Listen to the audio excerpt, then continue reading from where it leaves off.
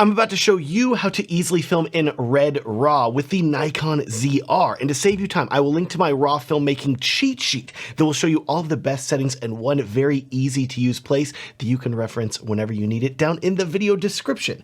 And if you want help getting amazing looking colors with your Red RAW footage, I want you to know that I have a set of color presets that work fantastically with Red RAW. I will link to them down in the description for you to check out. Also, this video is sponsored by Nikon. Thanks, Nikon. Now, whenever it comes to filming in Red RAW, you may be thinking that the settings you choose to use with the Nikon ZR aren't super important because you're filming RAW video. You can just fix everything in post, right? Sorry, that's not true. To be clear, RAW video is very forgiving, and Red RAW in particular is one of the easiest RAW formats to work with some of the most extensive controls over exposure and color. But that doesn't mean you can just set the camera to record in RAW, press record, and get gorgeous footage. No, there are a lot of settings that you will need to tweak to make your footage look its best.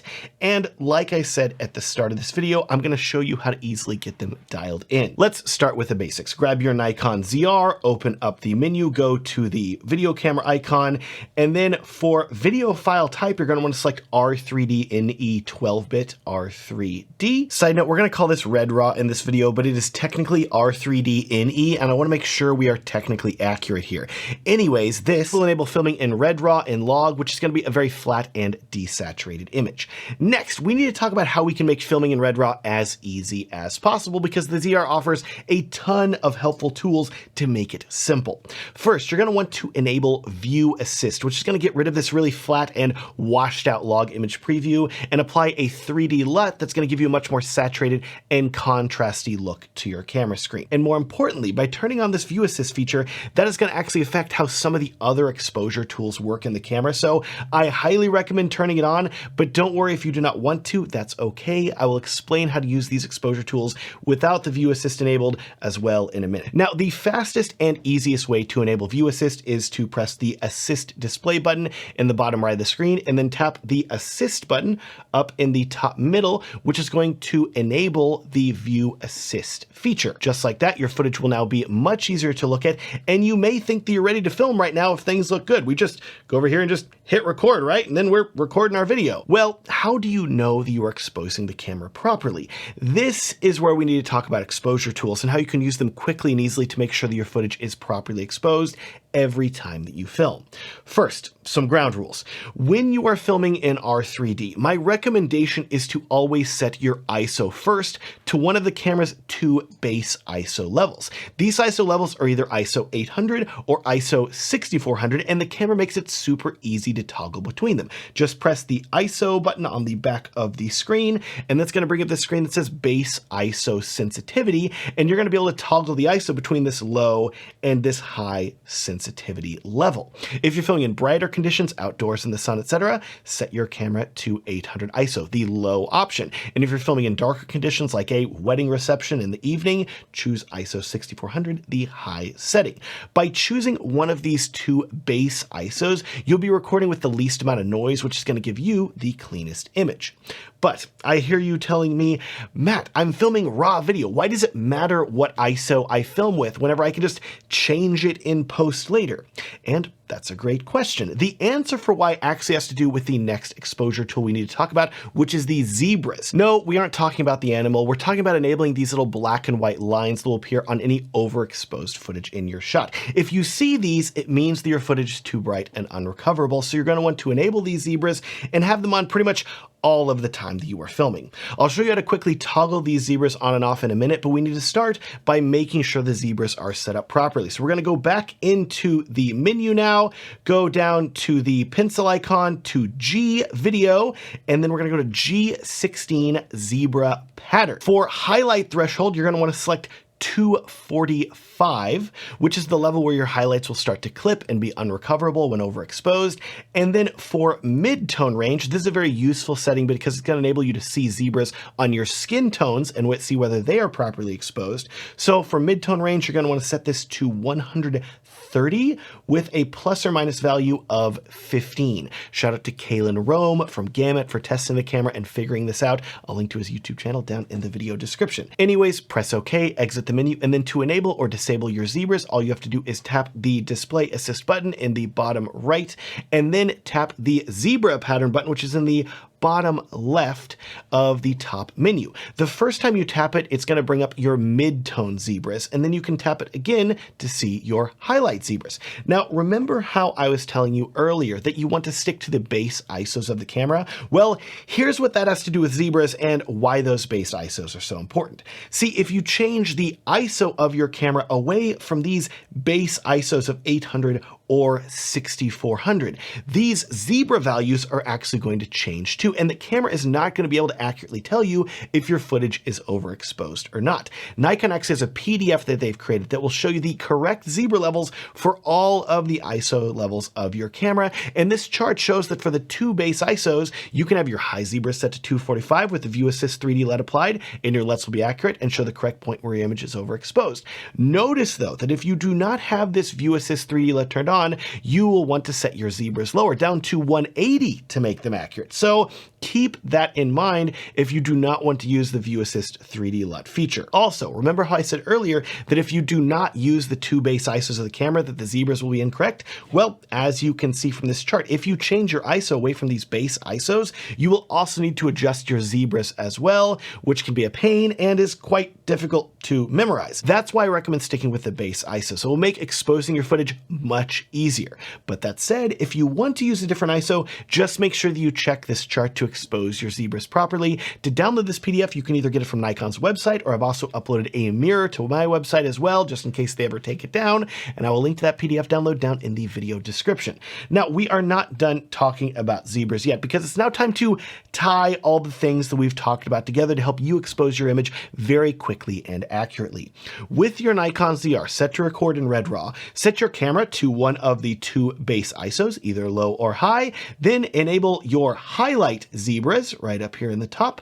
And with that done, you're then going to want to adjust your exposure by either raising or lowering your camera's lens aperture or use an ND filter. And your goal is to make the image bright enough to where the highlight zebras start to appear, and then stop down your aperture or use an ND filter to lower your exposure until right below the level where those highlight zebras start to appear. This will give you an image that still retains all of the highlight detail while also being bright enough that noise will be virtually eliminated from the shadows. By filming this way, you're going to ensure that you're getting the highest dynamic range image that the camera will be able to capture, and that's how you make sure that your footage looks its best. Then, once you have the image roughly as bright as you need it to be by using the highlight zebras, I would then tap your display assist menu in the bottom left and swap your zebras over to the mid-tones. And at this point, you're going to want to look for zebras to appear in the skin tones of your image, specifically on the side where the light is hitting it. If you don't see zebras on the skin tones of your image, it's either under or overexposed, and you're going to want to adjust it until you see those zebras on the skin. So if you have lighting hitting the side of their face, for example, the light's hitting the left side of my face here in this image, you want to be able to see the zebras on my skin, which means that it's exposed in the correct range and it's going to look its best. Just keep in mind that this is all really a balancing act, because you want your skin tones to be bright enough, but if you make them too bright and you have a bright light in the background, like the sun behind your subject, then you may overexpose the background and start seeing highlight zebras there. So you're going to want to be toggling back and forth between your midtones and highlight zebras. And in an ideal world, you'll be seeing midtone zebras on your skin, and the highlight zebras will be right below the levels where they start to appear in your highlights. Using zebras like this is usually how I do things, and it's the easiest way in my opinion. But if you want some bonus help in this area of exposure, and you don't want to just rely on your zebras, I'm happy to tell you that Nikon offers another very helpful tool that will give you even greater insight into how your camera is exposing the footage that you're recording. This tool is called the Waveform monitor, and to enable it, you're going to want to dive back into the menu, pencil icon, video. We're going to go all the way down to G19. Lucky number G19. Bingo. Brightness information display. And for this, you're going to have the option of either a histogram or a waveform monitor. You're going to select waveform, but before you press OK, press right on the joystick, and then it's going to give you some settings. So you're going to be able to choose whether you want to have it be large or standard. I got to be honest here. In my opinion, the standard size of the waveform monitor is too small. So I would always recommend choosing the large option. And then for transparency, I would set this to 3, high transparency, so you're still gonna be able to see your image behind the waveform monitor. And then to enable the waveform monitor, it's really simple. Go back out to your main video preview, tap the display assist button in the bottom right, and then in the bottom left, you're gonna see this little square box with some mountains, it looks like, on it. Tap that, and that is gonna bring up the waveform monitor. It's gonna say brightness information on, and here is this giant rectangular box that is the waveform monitor that takes up a lot of the screen. The way this waveform monitor works is it's gonna show you the brightness level of any objects that your camera sees.